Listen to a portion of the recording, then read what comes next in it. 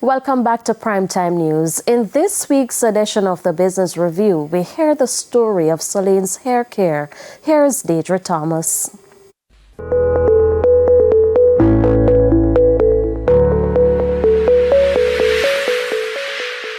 Armed with a mere 20,000 Jamaican dollars and a vision for natural nourishing products, Solaine's hair care emerged. When I see that person's hair keep drying out from the product that I'm buying from other stores, then I think about coming up with something for myself that don't let the hair dries out.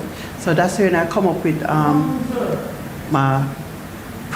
my shampoos and the oil and the conditioner that go with it. Her flagship product, guava leaf shampoo, quickly became a sensation, particularly among those seeking a natural solution for dyeing gray hair.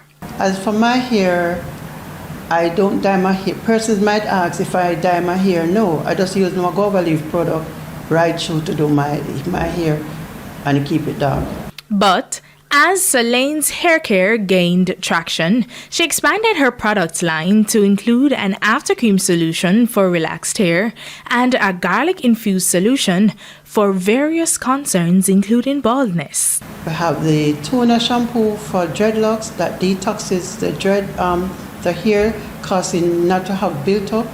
Then we have the rosemary for hair growth, the garlic for persons who have scalp issue. She did this all while maintaining her commitment to natural ingredients. I use the guava leaf, rosemary, tuna, cerci, garlic. Those are the things that I use to make up my shampoos. Now, with an eye on the future, Solaine's hair care is exploring expansions. I'm in the process of getting certified. I'm in the process by now certifying and trying to go overseas with the product. For the Business Review, I'm Deidre Thomas.